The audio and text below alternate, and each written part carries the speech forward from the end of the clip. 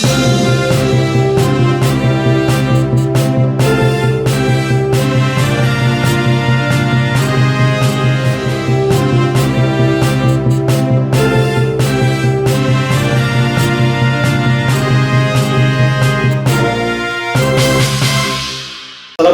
warahmatullahi wabarakatuh, sahabat Adi Channel dimanapun Anda berada. Saya Muhammad Fadil Azem akan memandu bincang-bincang yang diselenggarakan oleh DPW Adi Jakarta selama 30 menit ke depan. Sahabat YouTube, inilah Adi Channel selengkapnya.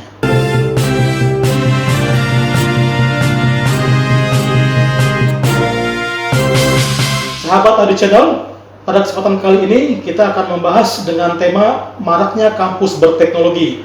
Di studio sudah hadir Sekretaris DPW Adi Jakarta, Dr. Yuda Prapanca. Kita akan berbincang-bincang tentang masalah aktual ini. Dr. Yuda, kita mengetahui bahwa banyak kampus yang mengklaim bahwa mereka program pendidikannya selalu inovatif dengan kecerdasan buatan yang berkaitan dengan teknologi. Mungkin Anda punya pandangan yang menarik tentang hal ini. Baik, terima kasih Mas Fadil. Bismillahirrahmanirrahim. Assalamualaikum warahmatullahi wabarakatuh. Waalaikumsalam. Rekan-rekan Adi Channel yang saya hormati, kali ini kita akan bahas tentang teknologi ya di kampus ya. Kalau menurut saya memang menjadi sebuah keharusan ya, gitu. Karena kita sudah istilah pengembangan ilmu pengetahuan dan teknologi ini kan menjadi satu kesatuan ya, yang tidak bisa dipisahkan. Kita tidak bisa hindari itu, gitu ya. Kita tidak bisa hindari itu, apalagi sekarang ini perkembangan teknologi itu begitu cepat ya, gitu.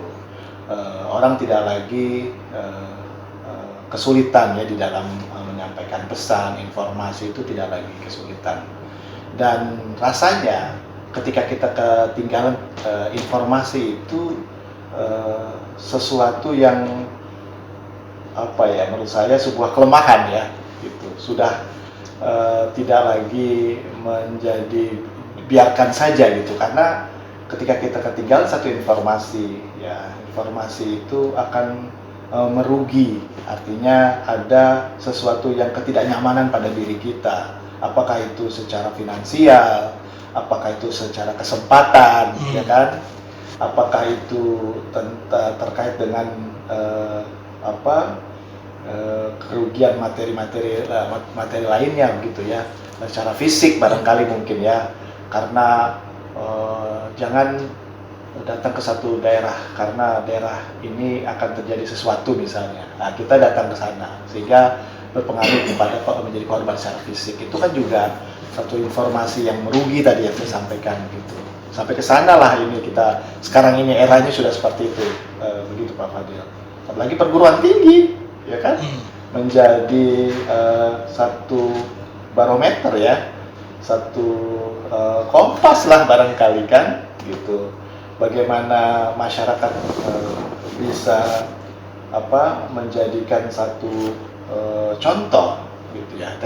Perguruan tinggi memang harus sudah selalu terus berperan ya di dalam bagaimana menteknologikan segala sesuatunya. Gitu. Tapi jika kita melihat masyarakat yang semakin daya kemampuan belinya semakin lemah gitu kan, ini bagaimana menyiasati supaya anak mereka itu bisa kuliah di kampus yang berkualitas secara teknologi, tapi mereka juga punya kemampuan untuk membayar gitu.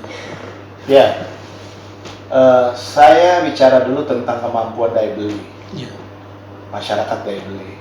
Ya kita harus ini juga ya, harus komprehensif juga melihat masyarakat yang mana. Kalau kita lihat perdagangan handphone ya kan, perdagangan peralatan-peralatan dengan berbasis teknologi itu kan cepat sekali ininya, pembelinya, pasarnya begitu. Artinya daya beli masyarakat sebetulnya secara tadi ya, teknologi tadi banyak luar biasa gitu. Jangankan HP, rokok aja kebeli ya. Tapi untuk menyekolahkan anak kayaknya agak berat juga. Nah ini kalau itu bicara mindset ya. Gitu. Tetapi kita kembali lagi tadi pada pertanyaan yang disampaikan terkait dengan kemampuan masyarakat bahwa teknologi itu relatif masih mahal gitu ya. Ya memang yang pertama, perubahan-perubahan masyarakat dengan menggunakan teknologi itu tidak bisa dihindari. Ya. Bisa kita lihat kan, semua pedagang apa yang ada di pasar itu, coba periksa di sakunya, pasti mereka punya alat teknologi, handphone ya, gitu ya, gitu. Artinya tidak bisa dihindari. Gitu. Nah, bagaimana ini pendidikan kita yang tadi katakan mahal dengan teknologi, karena kalau kita bahasa konsumtifnya ya, ada barang, ada harga, begitu kan, ada kualitas, ada harga.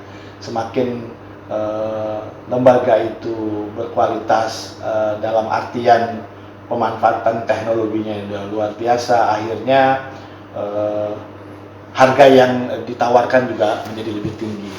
Ini pemerintah sebetulnya sudah juga mempersiapkan sebetulnya ya, akses yang cepat dan murah gitu ya, dengan menggunakan satelit, dengan menggunakan teknologi yang lainnya ya. Tetapi memang lagi-lagi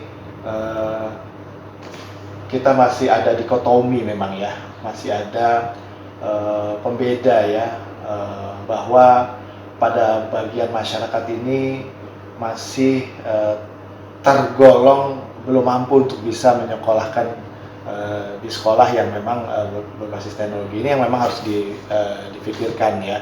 Kita bukan berarti harus menyetop karena ada persoalan ini, tapi bagaimana persoalan ini bisa kita tangani bersama supaya teknologi itu tidak hanya dimiliki hanya pada kaum menengah ke atas, tetapi kebijakan UKT itu solusi itu bukan? Ya, UKT yang tinggi kemarin itu ya. Iya.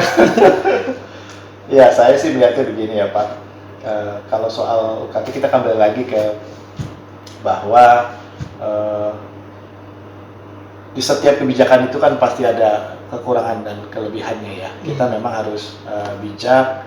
Bagaimana kan sudah banyak lah ya para petinggi-petinggi di perguruan tinggi, para guru-guru besar sudah bersuara tentang hal tersebut ya, dengan sampai akhirnya informasi tentang mahasiswa disediakan pinjol ya. Ya ini kan menurut saya, kalau saya sih pribadi memang pendidikan itu harus adil ya. Artinya harus bisa, kan di amanah undang-undang kan bahwa pendidikan itu adalah hak segala bangsa kan, jadi itu kemerdekaan ya. Artinya bahwa pendidikan itu setara. Ya setara. Jadi pendidikan itu hak untuk masyarakat gitu.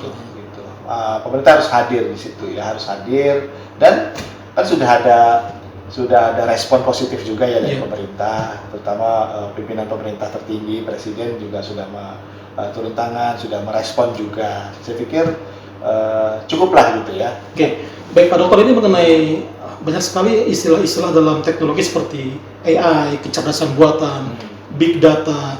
Sebenarnya pihak kampus sendiri seberapa siap mereka untuk menampung hal-hal baru ini yang begitu disruptif ya dalam proses pengajaran mereka terhadap mahasiswa? Apakah mahasiswa benar-benar menyerap apa yang disampaikan dan perubahan teknologi ini yang begitu radikal? Ya, kalau dalam teori ya difusi inovasi ya, difusi inovasi itu kan ada 3 klaster masyarakat, ya 3 klaster masyarakat. Yang pertama, adanya perubahan itu dia langsung tolak seketika, gitu. Ada kelompok masyarakat yang seperti itu. Lalu ada di tengah-tengah, ada kelompok masyarakat yang begitu ada perubahan, dia masih wait and see, masih tunggu-tunggu gitu. Lalu ada yang kelompok masyarakat yang begitu ada teknologi, ada perubahan, ada pembaharuan, dia langsung tangkap pembaharuan itu. Nah, ini yang memang secara teori ada itu kelompok masyarakat itu ya. Jadi memang harus ada trust, kepercayaan dulu bahwa teknologi itu tidak bisa dihindari. Sampai sekarang ini, sampai saat ini, di era sekarang ini ada kecerdasan buatan, ya kan, bahwa sesuatu yang kita nggak pernah berpikir ya, oh ternyata tenaga kita bisa tergantikan. Bahkan sudah banyak orang belajar, mahasiswa belajar melalui dosennya adalah hologram ya, gitu. Dan ini kita nggak bisa hindari itu, ya.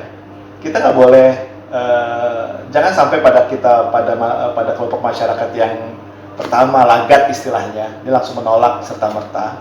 Ya harus kita menjadi kelompok masyarakat yang ketiga tadi, kelompok yang langsung bisa menerima perubahan itu, langsung mengantisipasinya, langsung terus mengikuti perkembangan dengan pengetahuan dan beradaptasi ya, dan beradaptasi.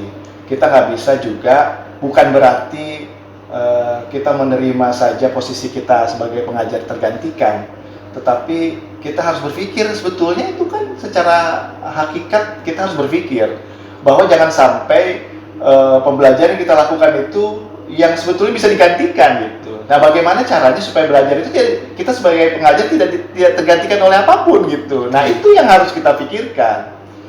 Apa yang harus kita pikirkan, bagaimana kehadiran kita itu tidak bisa digantikan oleh siapapun, oleh teknologi apapun gitu.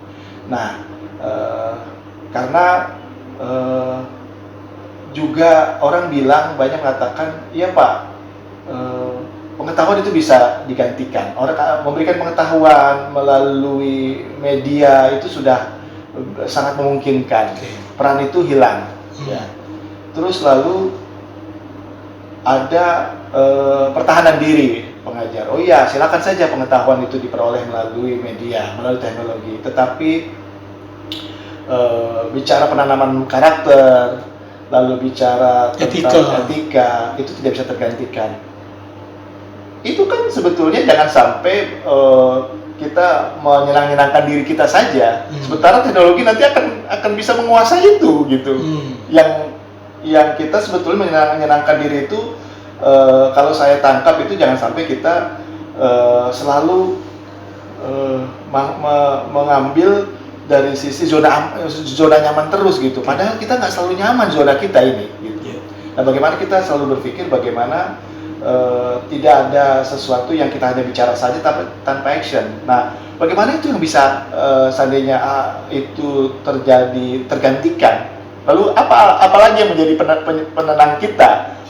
Sementara terus lambat laun posisi kita akan tergantikan. Etika, moral nanti akan diperoleh melalui media. Lalu setelah itu apa fungsi kita? Nah, ini yang perlu kita banyak kaji ya, begitu Pak. Baik Pak Dr. Sahabat YouTube, kita akan lanjutkan lagi di segmen 2. Kita jeda sejenak. Tetap bersama kami.